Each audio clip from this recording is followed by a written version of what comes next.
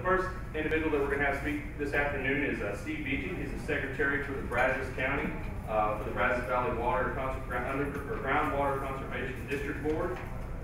He has been in Parks and Recreation throughout Texas A&M University. He graduated in 1970. He worked in Mission, Texas for looks like about 6 years. Then he was actually in College Station for just under a good solid 30 years working on economic development, parks and recreation. And I can tell you personally, in my young career, I've had the opportunity to work with Steve and go and see some of the really cool things he's done with what we used to call drainage ditches, and now we're actually walking parks, and they're very well developed. And we have a lot of great businesses that are able to participate along that in the Wolfman Creek area. So with that, I also want to encourage you, if you're interested in reading any of the bios in detail, growinggreencommunities.com is a great resource for that, so we would encourage you to go there. And with that, Steve, I'm going to give you the floor. And we have a clicker for you right here.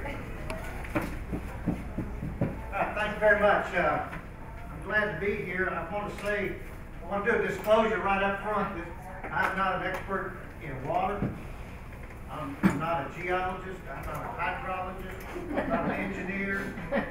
I'm not a planner. I'm not an astrologist, although that probably be the best thing to have. I'm really not an expert in anything. But I do have over 64 years of experience of using water daily. I do that every day and I enjoy it. So that's about it. And I grew up in Abilene in the 50s, and it was about 3rd grade before I knew what rain was. So I guess my first real exposure to where water came from. But I did work for the city of College Station for almost 30 years, and like I said, Mission before that, and I was Parks and Recreation Director in both those places, which is what I studied at A&M. And through those years, particularly in College Station, it seemed like I always got a little sidetracked on things. And for a period of about 12 years of that time I was there, I was emergency management coordinator. What's Parks and Rec have to do with emergency management?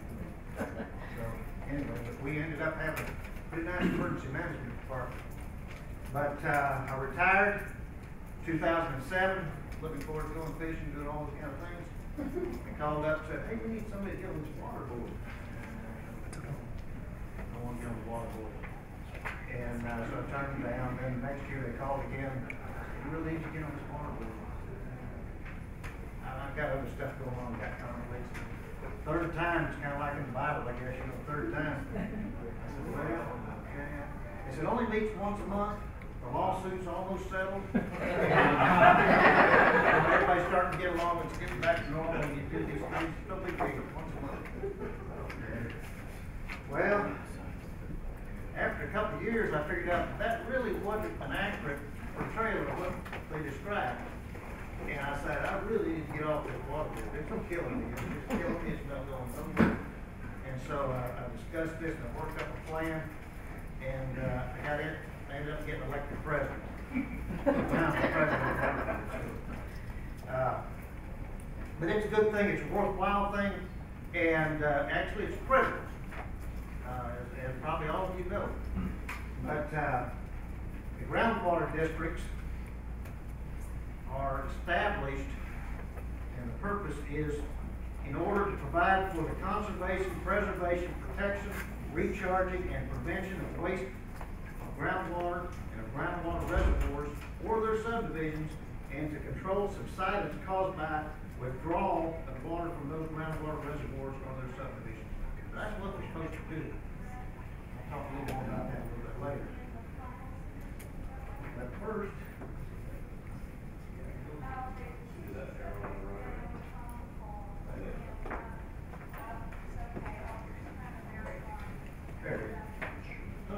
I'm going to go through a couple topics here. First one, just some interesting water facts.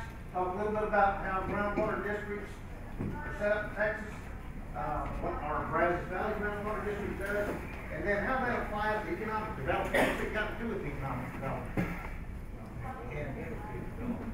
Pretty much. But first of all, you know, planet Earth is almost 3/4 covered in water. You know, There's a lot of water on our planet. However, 97.5% of all water on the planet Earth is salty. 97.5%. And 1% of that salty water is brackish groundwater underneath our soil throughout the world. Then you get the fresh water, 2.5% of that remaining water is fresh, but almost 70% of that water is frozen. So you're taking 70% out of that 2.5%. So that's glaciers, permafrost, snow, all that kind of thing. So that leaves you 0.3% of all water on Earth that's actually in rivers and lakes and wetlands. All those lakes and things that you see, 0.3% of that is fresh. And then of the fresh water, 30% of it is groundwater.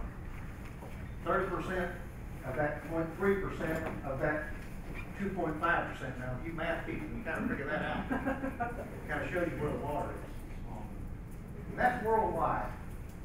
So, experts, they predict within 20 years, half the world's population is going to face water shortages. Now, I don't know how many people there are in the world, but there's a whole bunch. And so you start figuring out half of them are going to need water that they don't have, and they're probably going to get kind of mad about it. So that's going to lead to some problems. 300 million people worldwide now get their water from sea or brackish groundwater through desalination. And so, okay, 300 million people, well, that's equivalent to the population of the United States.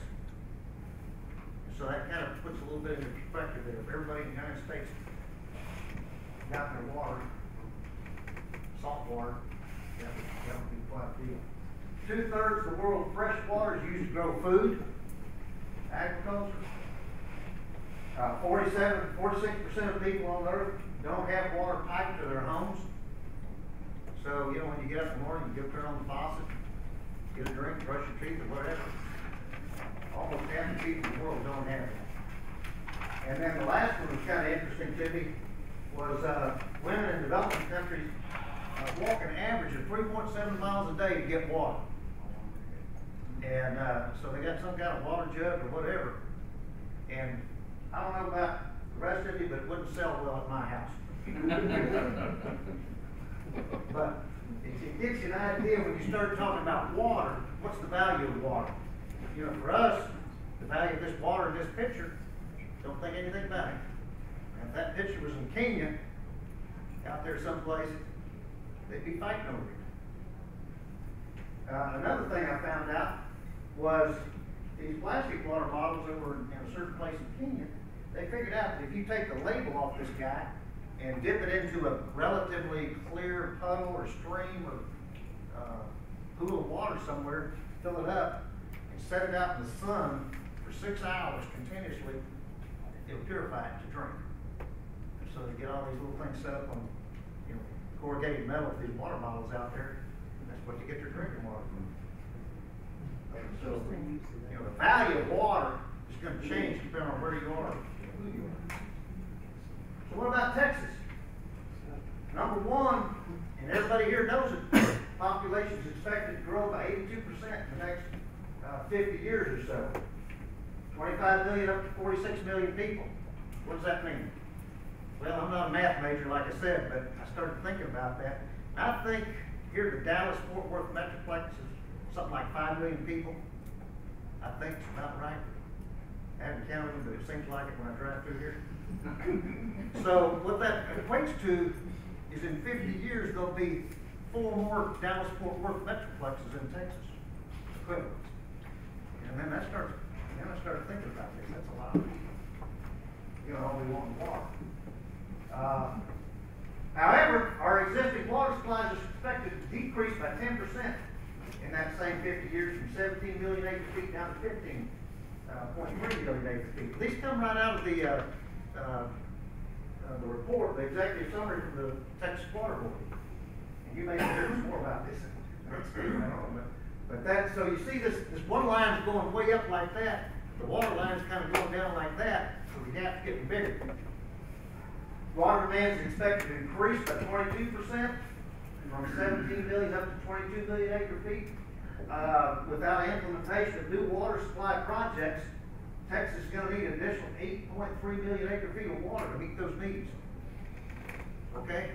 So what does that mean? What's that saying? You're going to have to spend money. And it's going to have to be tax money in a lot of cases. And I don't think that money has been allocated at this point. And every year it gets more expensive. Groundwater supplies provide approximately 60% of the current water supplies in Texas. And that's for irrigation, municipal, industrial, all that type of thing. 60% of that is coming from groundwater. And groundwater supplies are expected to decrease by about 30% by 2060, primarily due to the depletion of the Ogallala and the Gulf Coast aquifer.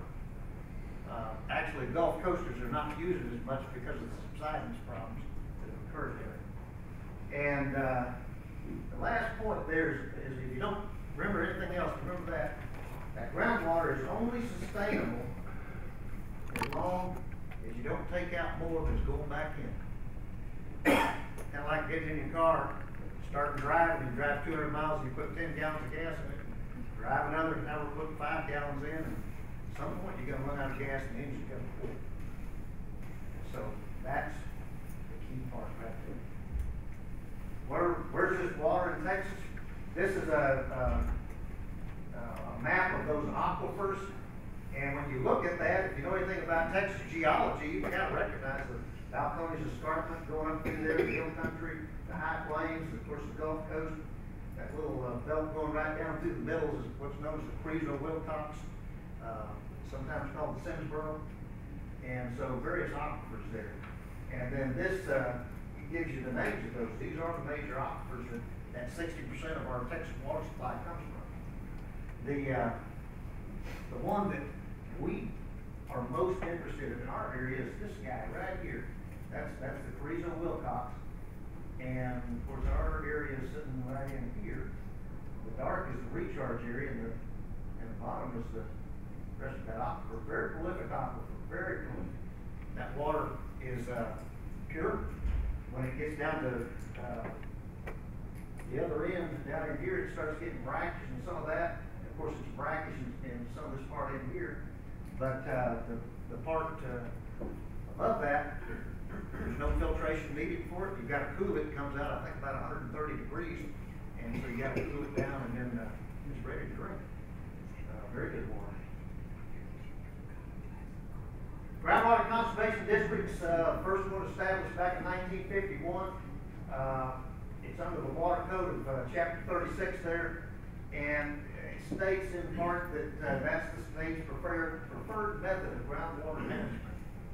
And that being that it goes back and has local control, and you know the folks in that local area should know best what needs to be done and those type of things. Provides for local regulation and control. As of the current time, there's 98 groundwater conservation districts with 3 pending approval. And the last little deal, there's no uniform management required across the shared resource. And I believe what that's referring to is, you know, our district will set up our rules and how we issue permits and one thing and another. They've got to be in accordance with the state law and regulations. But it's kind of like two cities side by side. They'll have their own ordinances and the way they do the business. They follow the general laws, but they are separate. And this is what those groundwater conservation districts look like. This is, you don't have to read all those names, but this shows the districts, and it also shows the groundwater management areas.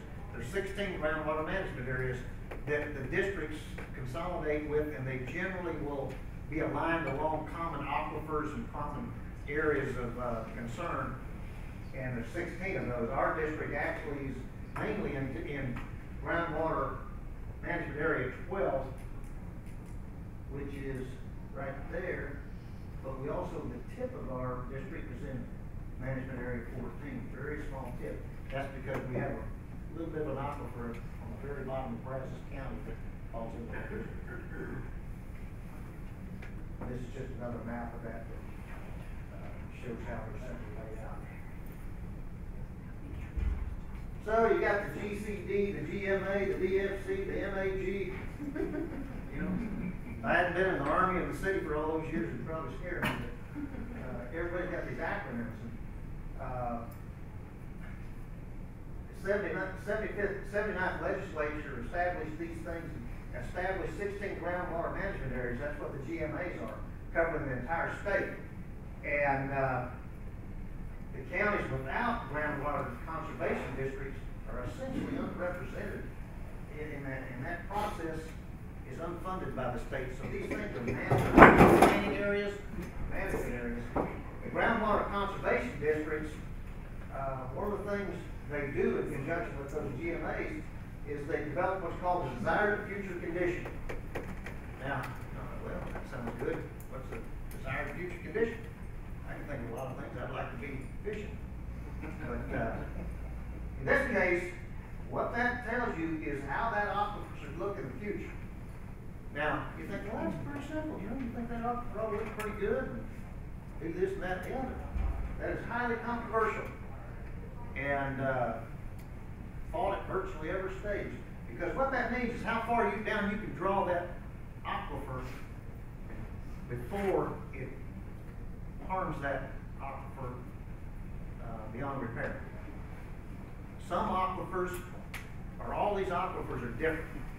And that's one thing that a lot of people probably don't understand is the Ogallala is very different from the Carrizo-Wilcox or the Edwards aquifer or the Gulf Coast. They're all very different in how they perform and how they react to things like drought. Edwards aquifer is it comes down quickly. If it rains, it comes back up quickly. The Ogallala essentially doesn't recharge, and it's gradually going down. The Carrizo-Wilcox in our area, it's estimated that the water that we pump from the wells that are 2,000 or 3,000 feet deep from the A&M, College Station, Bryan Water Supply, and others, that water probably fell on the ground up somewhere in Robertson County anywhere from 100 to 1,000 years ago. And it slowly filters down. So the drought did not adversely impact that aquifer just from not raining, because that incident won't be reflected for hundreds of years most likely. Now certainly we pump more water, that affected a little bit, but so ours is very different in the way it reacts to, say, the Edwards. So DFCs are those are very important things, getting very controversial. Some people want to pump them more because they want to get that water and get as much water and sell it for as much as they can, as quick as they can. And that's kind of the objective. Other people will say, hey, we need to keep this water and save it for somebody else. Then those are used to come up with what's called a modeled available groundwater by for each county. That tells you how many acre feet you can get without messing up that DFC. That's what our particular area looks like. Our GMA 12 in Robertson and Brazos County right in the middle. Our district, it was set up according to that 2001 legislation, confirmed by the voters of both counties in 2002. It's got about 1,400 square miles. We have 5 significant aquifers within our district, and they're all performing differently. The district has almost 900 permitted wells, and our MAG is about 120,800 acre feet for all those aquifers. Now, if you look at the next one, we permitted 126,000 acre feet. So what's that tell you? We are doing like the federal budget. We're burning more water.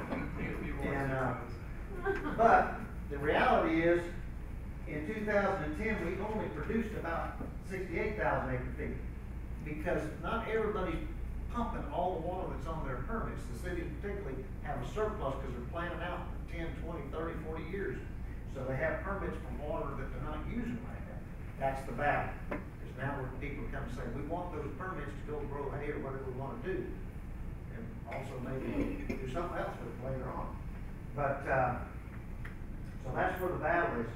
District has 150 observation wells that we've started the process of trying to figure out what's happening on those aquifers. And that's a relatively new process to try to track and see, you know, we're pumping water, but what's happening down there? How's it affecting those aquifers? Some of the key planning issues in the future is allocation of that water, the property rights of the water, effective planning, conservation efforts, and economic impacts. What's that got to do with economic development? Here's what I think it does. Anytime you talk about economic development, if you're not talking about water in that conversation, you're making a mistake. Because if you're bringing something in, they use water, you better figure out how much water they use, and then figure out how much water you got, and see if those are going to match up. If it's residential, you know, they got to be doing 140 gallons per person per day. How many people are going to live in that, like the state recommends? Cooperation is essential for the future. The cities have got to work together. Counties have got to work together. In our case, in Brazos County, all the water supply for the cities, the university, and the rural are linked together now, interconnected, where one can support the other. Politically, not so much so. Conservation is the most cost-effective tool you can have to meet future demand. That's the best way you can save money is by conservation. Because what you don't have to pump out of the ground and put through the whole system is money saved. And right now, you know, we take water for granted, and that won't be the case forever. And to do the conservation, you got to have fundamental behavioral change. And the example I use is some of the effective campaigns in the past have been 30 years ago, this meeting, probably half the people in here would have been smoking. You know, you go to these meetings, everybody's lighting that money. Now, if you did that, they'd probably call the SWAT team. And so, but the smoking campaign's been very effective. Another one was seatbelts. Nobody wore seatbelts. Now they do. Don't mess with Texas, anti-littering campaign. Very effective. And so that's the kind of thing, you got to change behavior. You got to do it through public education. It's got to be ongoing. It's got to be extensive and concentrated public education. What is water? What's the value of water? Well, gasoline's about what? Getting close to $4 a gallon. This is my $9.60 a gallon of water that I bought at the baseball game a couple weeks ago. So, you know, depending on where you are, what that water is worth. And with that,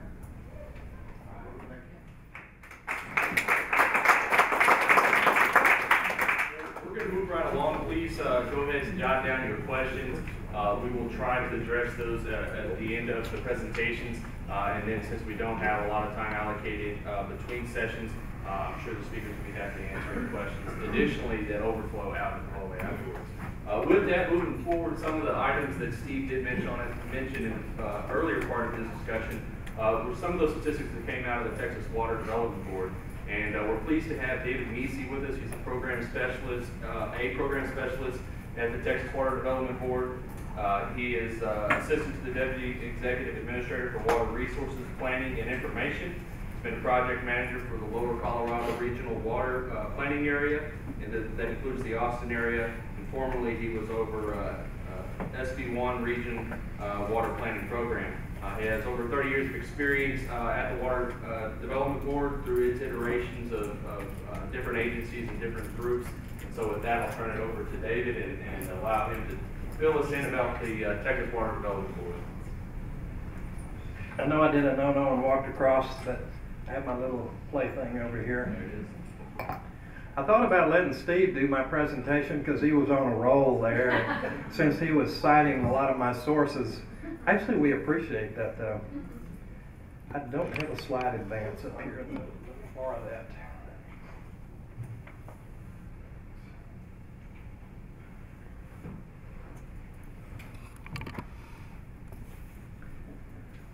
Water Development Board does three things primarily. We finance water projects. We are a source of financing for water, wastewater, and flood control.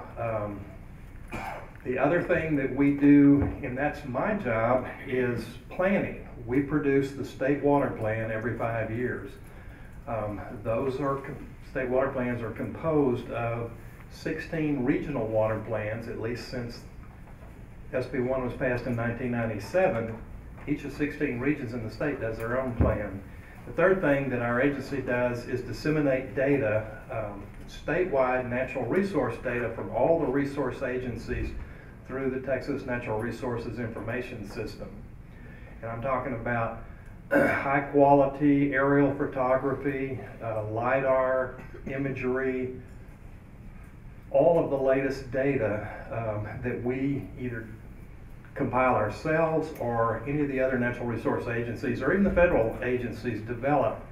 We're kind of a clearinghouse for that data, and it's accessible through us, and most of it can be accessed from our website. But back to planning, in the late 50s there was in Texas probably the most extensive drought that we actually have hard data on. Drought of the 50s in some areas lasted 10 years. It ended, as it always does in Texas, in 1957 with a flood. And then it wasn't very long into the 60s that we started another severe drought again, and that's just the way it is here in Texas. But as a result of that statewide drought in 1957, our agency was created, and the legislature and the voters approved $200 million in water development fund for the first time to actually implement recommendations from the state water plan that would be produced. And since the first one was produced in 1961, there have been 9 water plans done at the statewide level. The picture's the one in 1968 that was kind of notorious for recommending moving water from the Mississippi River all the way into Texas, across Texas, into West Texas for agriculture. Pumped uphill, and with the Texas climate notwithstanding. In the 90s, there was another new drought that was very severe but a little bit shorter lived around 1996. We had several losses to our economy. It got everybody's attention, especially Lieutenant Governor Bob Bullock, and as an outcome, Senate Bill 1 was passed with a lot of new water legislation. Like I said, 16 regional planning areas were created, and each of those regions does their own planning. It's based on a repeat of the drought of record. So that means it's a plan that tells each individual water user group how much water they would need if the drought of record were to repeat. And in those plans, each entity has a recommendation for project strategies such as conservation, wastewater reuse, and new projects to get the water that they need. And in those strategies, some of the factors include cost, reliability, and effects on natural resources. The picture that you see is the most recent state water plan that we just released in January 2012. That's a map of the state with the 16 planning regions. We are up here in Region C.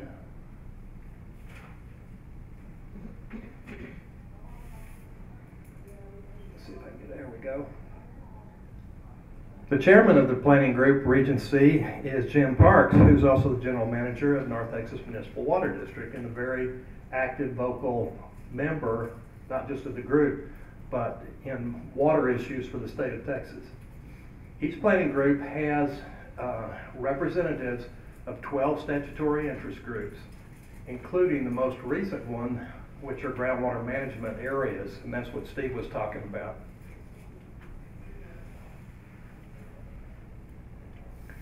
To do a water plan, these are some of the basic steps. First, we look at how much population is in a region and how much water demand exists. Then we do 10-year projections out for 50 years. How many people will we have and how much water will they need? Then we quantify the amount of water that we have available from surface water and groundwater sources, and then look how that's going to last into the future. Then we compare the two and we identify surpluses and needs for each individual water user group in the planning region. Where there is a deficit projected, then that we call it a need for additional water, and the planning group recommends projects to meet the needs. And depending on the part of the state you're in, they can become pretty unique recommendations. More and more, some areas are having to look at desalination of brackish groundwater, for instance. I mean, you've got a lot of salty water on the coast, and for some people an infinite supply. However, it's very salty, it's very expensive to desalinate a large quantity, and then unless you're going to use it locally, you've got pumping costs.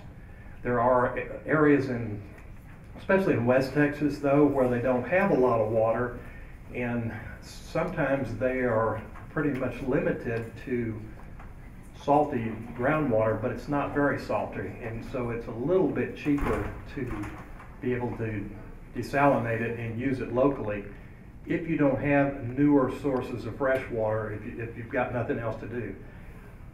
Believe it or not, a lot of those same communities are already going to what we call reuse, which is a polite term for saying using wastewater that's been treated, and getting that back either for non-potable uses or in some cases treating it back to drinking water quality and integrating that into their water system one way or another. Generally though, right now it's non-potable uses. These are some of the other things that are done in the planning process.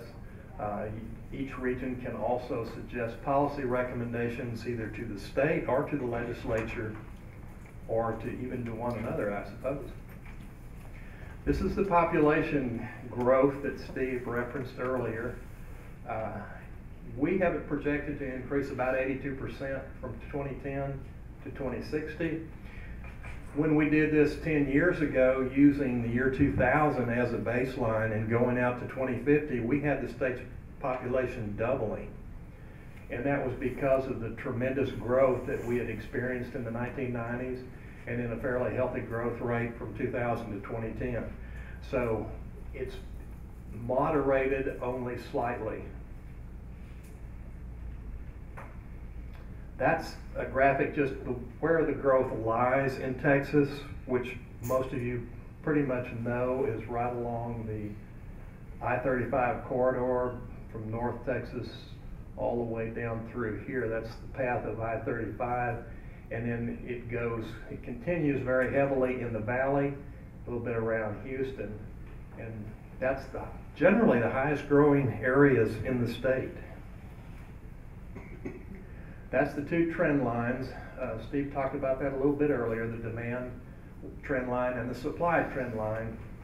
And out at 2060, when you get out, this is the difference is why we do planning, the difference between the projected supply and demand.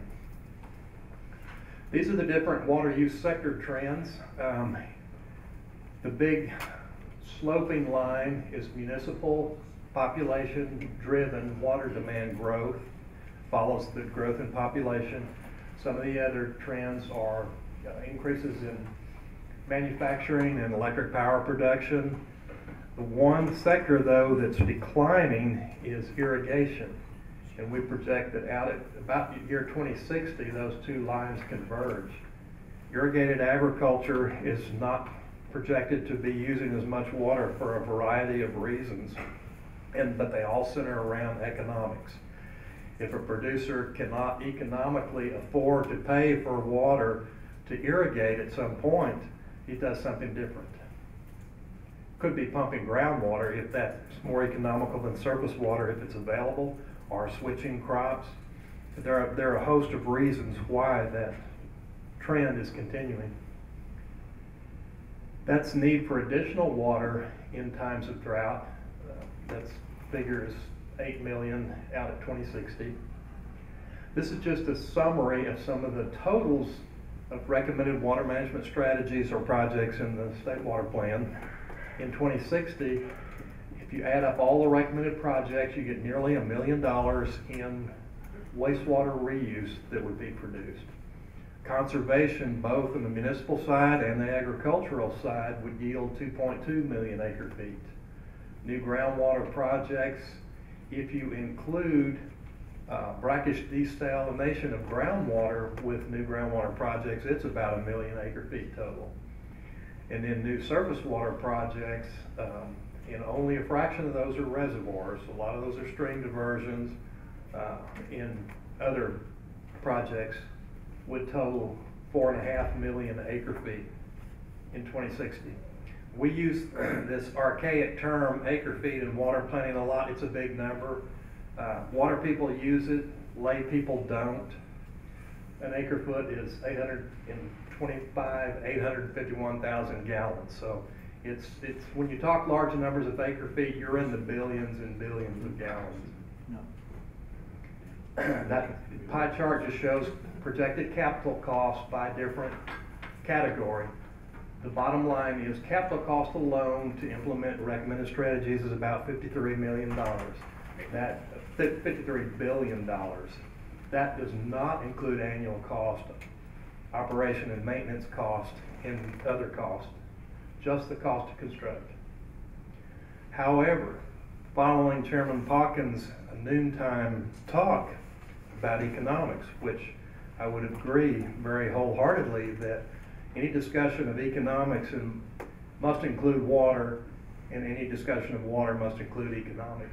The cost of not implementing recommended strategies is huge. The difference is the $53 billion we saw that it would cost to build those projects.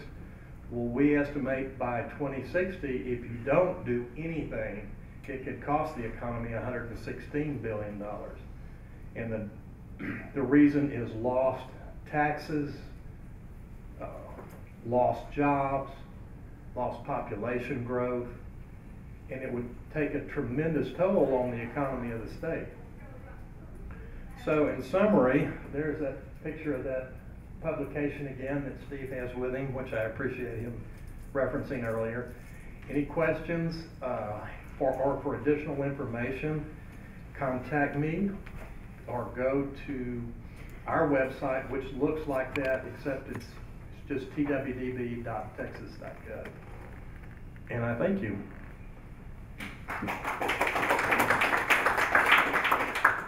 All right, thank you so much for that. We're going to transition over to the last speaker we have on this panel. Yes, ma'am.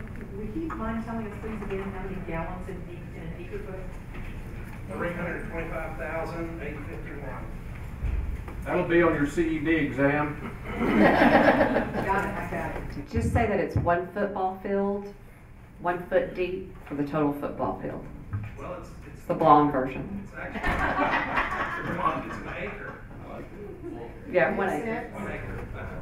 Good. Or as Steve says, MAGs, DFCs, ADCs. We use MGDs. Well, Million with that, gallons. we'll transition over, and we will hopefully have just a little bit of time for questions right at the end of this session.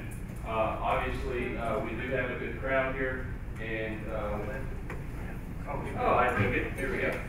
All right. And so I want to introduce Denise Hickey.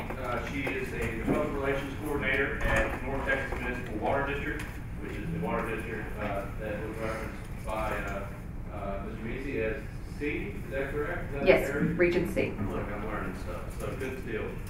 She is the coordinator there at the Texas Municipal Water District. Her capacity is responsible for accurate development and communication of the services related to issues to general public. So with that, we'll turn it over to her and learn just a little bit more about what they're doing here in North Texas. Within the, let's see, 30 minutes, you will have the quickest water lesson you've ever had. And let me first apologize, I've been unable to attend the conference today. So I've been on the speaking circuit. This is my 3rd presentation today, so I apologize if I say some information that's been already talked about. But I'm going to take the state water plan and boil it down a little bit closer to home, what that means for our region here, and then specifically for the North Texas Municipal Water District. I think you've all learned that without water, our communities cannot continue to grow or sustain what we currently have. Water is the most vital resource that we have, and as has already been mentioned, it is often the most appreciated, and overlooked finite resource. And so we have to have a shift in how we actually think about water in the development of new buildings, communities, and our own resources and the businesses that we may develop to extend our supplies. First and foremost, water is needed for public health and safety and firefighting capabilities. The other non-discretional uses, as watering our lawns and our landscape and some of the other practices, that is a benefit from having some ample supplies during non-drought periods, but we tend to lose fact of what the real purpose of water is for in our community. North Texas Municipal Water District is one of the 3 largest water providers in the Dallas-Fort Worth area. Along with North Texas, there's the Dallas Water Utilities. See, we are in this, oops, sorry, let me back up. We are in the green shaded area. Dallas Water Utilities is in the purple. Tarrant Regional Water District then borders in the blue, and we have the Upper Trinity Water District. As mentioned before, we are in the Regency Planning Group. North Texas provides treated water, we provide wastewater, and we provide solid waste service. We are at cost to our communities. There is no profit for any of these vital services for our communities. This is our treated water service area. In 1956, we were delivering water to about 32,000 people. Today, we deliver water to meet the needs over 1.6. And over the planning horizon, it's going to be in excess of 3.8 million people. So water planning has always been a forefront of any of the water providers in the state. But through the water planning process, we actually have plans developed and strategies identified. Kind of boiling down what has already been said, we are going to see tremendous growth to 46 million people statewide. This gives you just the planning process that's already been mentioned, the 16 planning regions. We are in Region C. Region C is composed of 16 different counties, and Region C also has a quarter of the state's population, and that is going to triple as well by 2060. This is the connected supplies. Oops, sorry, I keep wanting to use that as a pointer. In blue, you see the currently connected supplies. The supply strategies are in yellow of what we anticipate for the Region C area to meet the needs, and then the projected demands. So you can see we've got some to move quickly in bringing in additional supplies into this area. These are the various Region C potentially feasible strategies, the water management strategies for the Region C area. And we've got the Tarrant Regional Water District's wetland project, which is just, say, 60 cents per 1,000 gallons, going all the way up to the Gulf of Mexico, which is almost to $8 per 1,000 gallons. So each of the water providers will look at which projects are most feasible and most economical for the end consumer as we bring those online. Region C, the North Texas area, has the largest conservation and reuse component in the state water plan of any of the 16 different regions. Please don't let anybody convince you that conservation is not important and we do not take it seriously and that we are water hogs in this area. That is just not factual. We by far, if you added up all the other 15 regions, pointer? Okay. I'm going to use this one. I'll probably hit the slide again. This is the Region C. I'm sorry, Region C didn't show up there. This is our Region C's conservation, existing reuse, planned reuse, and then municipal conservation. So you can see we clearly outrank everyone in the state on how seriously we accept the need for conservation measures and reuse. So where are our supplies going to come from? From the state water plan, 24% of our future resources are going to come from conservation. So what does that mean to us as a society or those building sustainable communities? We have to build our homes more efficient, water efficient, and energy efficient. There is a component, the less water we use, the less energy we will have to use to pump that out into the service area. We'll have to build our open spaces more efficiently? Is there availability for reuse from the local wastewater plant to irrigate those opened spaces versus using your treated water supply? So we have to really focus in on conservation and what measures we can do within our own industries or our sector groups, landscaping, irrigation, whatever it may be, to actually be more sustainable and help meet that conservation. Conservation is already mentioned. It's the cheapest future water supply there is. It's strictly changing our behavior, initiating those water management practices in our building codes or within our plan developments. This just gives you a listing of all the water supplies from a dollar value. You can see that this provides within this area, the largest water providers, how much each of the supplies is going to provide an acre foot, and then what that cost is. And you can see over the long term, over $12 billion is going to be funding our future water needs by 2060.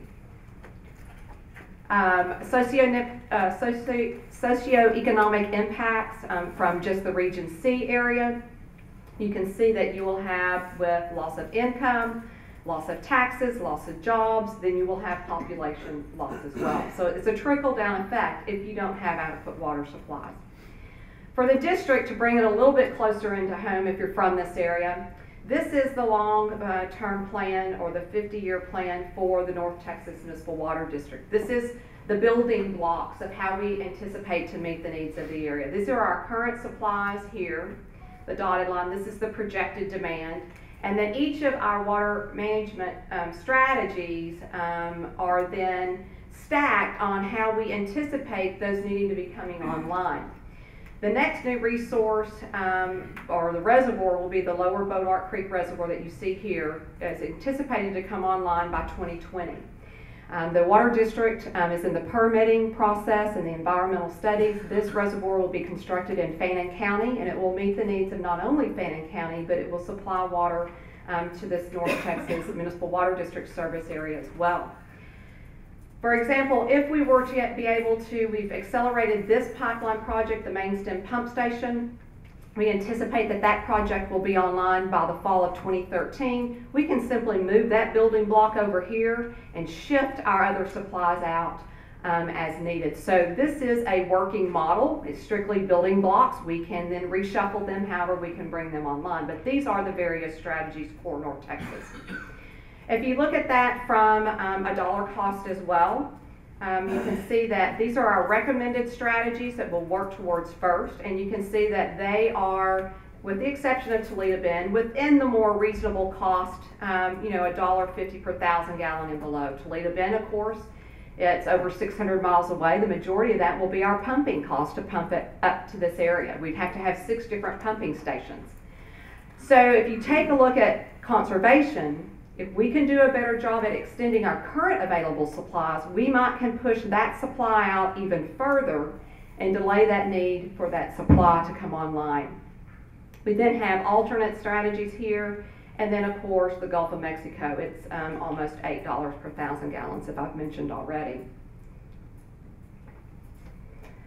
Just dollar figures for each of the largest projects for the water district and how those are stacking up and coming online. You have, this is in cost per, this would be $1,830,000,000, $152 million. The asterisk there is because, and I'll get into the zebra mussel issue, but we are constructing a pipeline to restore our Texoma supplies, and so basically that's going to cut that in half because we're actually expending the other 150 by next fall. NTMWD's existing supplies, we use Lake Lavon as our primary water source. All of our other supplies, the red lines are our transmission pipelines that move the water into the Lavon watershed. Everything is stored and removed out of Lake Lavon. Not only is drought an issue for water supply sources, you have to have recharge for your aquifers. Well, we have to have rain and inflow in order to have additional supplies in our reservoirs. We went through an extremely drought period, just as the rest of the state did, but we have another issue. We've lost 28% of our supply from Lake Texoma due to an invasive species. So looking at where our supplies are right now, Lake Lavon has come out of the drought period. A drought hydrologically is any time a reservoir drops below full elevation. Chapman and Tawakoni are still in a drought period. They haven't come back up to full elevation. We can technically say we're out of the drought because a couple more rainstorms and a little bit more inflow and they'll be full. Texoma remains offline and it is 28% of our total supply. We round it off as saying a quarter of our supply, so if you stack everything up, you can see that Lavon is 30% of our supply, Texoma 25%, so we have a huge amount of our water supply that we don't have access to. As we all know, the drought has eased in the state of Texas. Portions of it are still in the western portions under a drought period. We've had really good rain, but what kind of summer are we in for? It could be the last of the rain we see and we're starting a new drought period. But fortunately, it has helped our water supply for the water district. Zebra mussels. They are an invasive species. They came into the United States in 1988 in the Great Lakes area. They're a small bivalve mollusk. Environmentally, they are a natural water filter. They have an effect on the food chain of the water body that they decide to reside in. For a water provider, it is a maintenance issue. The adults attach to hard substrates. And this is a sampler, but they could clog up our transmission pipelines or are attached to our intake structures. Does not affect water quality for treatment. Only problem is the zebra mussels have spread from 88 across the United States by boat traffic or natural waterways. We happen to be here and we transfer water via a pipeline from Texoma into the Trinity River Basin. There is a federal law that prohibits you from transferring an invasive species from one water body to another or from one state to another. We have been without Texoma's supply since 2009, which is 28% of our supply.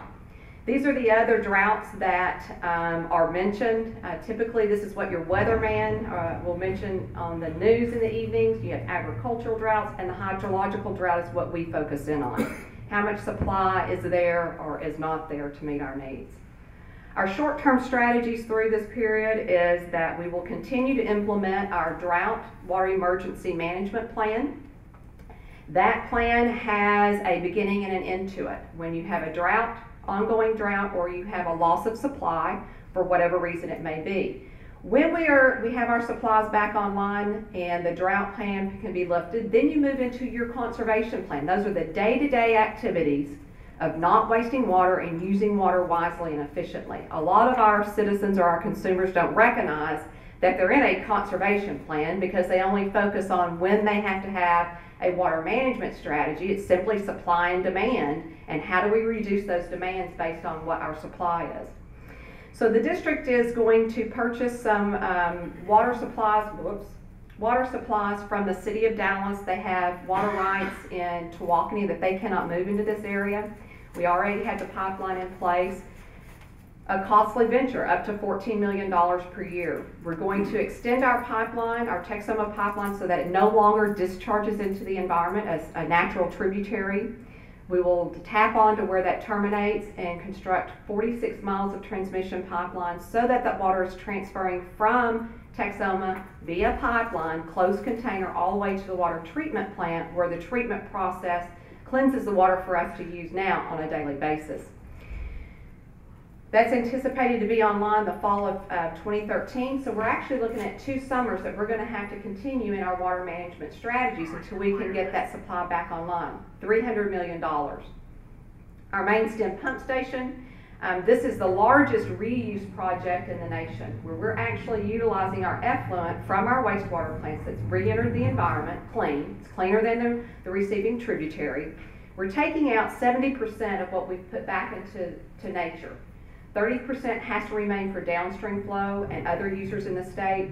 We're cleansing that via a natural process of plants, aquatic plants, and then we pump that back up to Lavon to augment supplies. $65 million for the main stem pump station. We're taking water out of the main stem of the Trinity River as well as the East Fork and moving that up. As I've mentioned earlier, water is a finite resource. We have to shift our thinking on not as how much can I have of what our consumers tend to think they have the entitled right to, but more how much do I really need for a particular water use behavior or the use of water within our area.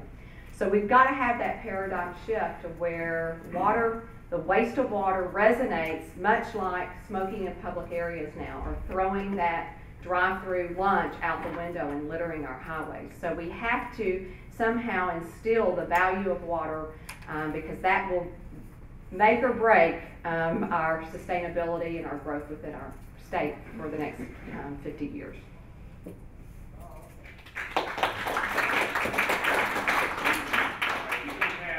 Terrible amount of time, but we could take just maybe one or two questions real quickly. Yes, sir. Okay, on the aquifer side of the aquifer, where people are talking about the number of acres, it's been mentioned a number of times in our area on Bear, aquifer, that they don't really have an anchor for the size. Has that technology changed any so that we can get a more accurate figure from out of actual usable waters in that, or